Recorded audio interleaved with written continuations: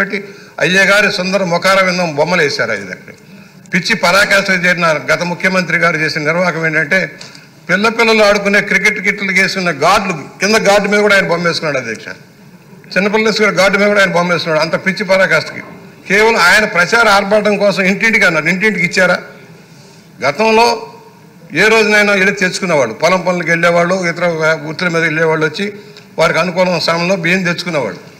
ఇవాళ వాహనాలు అన్నారు, ఆ వాహనాలు నడవట్లా, ఇంటింటికి ఇవ్వటంలా, కేవలం ఒక సెంటర్లో పెడుతున్నారు. పర్యవసానం ఏమవుతుంది? ఈ బియ్యం అంతా కేంద్రీకృతమైన వ్యవస్థను ఏర్పాటు చేశారు దోపిడీకి.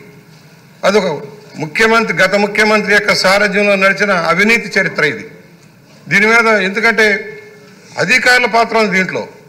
ఎవరైతే సివిల్ సప్లైస్ని నిర్వర్తిస్తున్నారో రెవెన్యూ అధికారుల పాత్ర కూడా లేకుండా ఈ కేసులు నడవద్దు సార్. పోర్టుల దగ్గర కూడా సరైన చెకింగ్ లేకపోవడం దుర్మార్గం. ఏ బియ్యం వెళ్తుంది, ఎక్కడి నుంచి వెళ్తుంది అనేది. ఇవాళ సార్టెక్ పేరుతో దగా చేశారు సార్. ఈ బియ్యం ఎక్స్పోర్ట్కి ఒక సార్టెక్ను ఒక నెపంగా వాడుకున్నారు. ఫోర్టిఫైడ్ బియ్యంలో కూడా దగా సార్. ఈ రాష్ట్రంలో ఫోర్టిఫైడ్ బియ్యం తయారు చేసే సంస్థలు ఉన్నాయి, ఇక్కడ కాదట. ఇతర జిల్లాల వాళ్ళు, ఇతర రాష్ట్రాల వాళ్ళు కావాలట. ఇక్కడ స్మాల్ మీడియం ఇండస్ట్రీ వాళ్ళు బతకాలా అక్కర్లేదా? దానివల్ల స్థానికంగా పనులు అవుతాయి.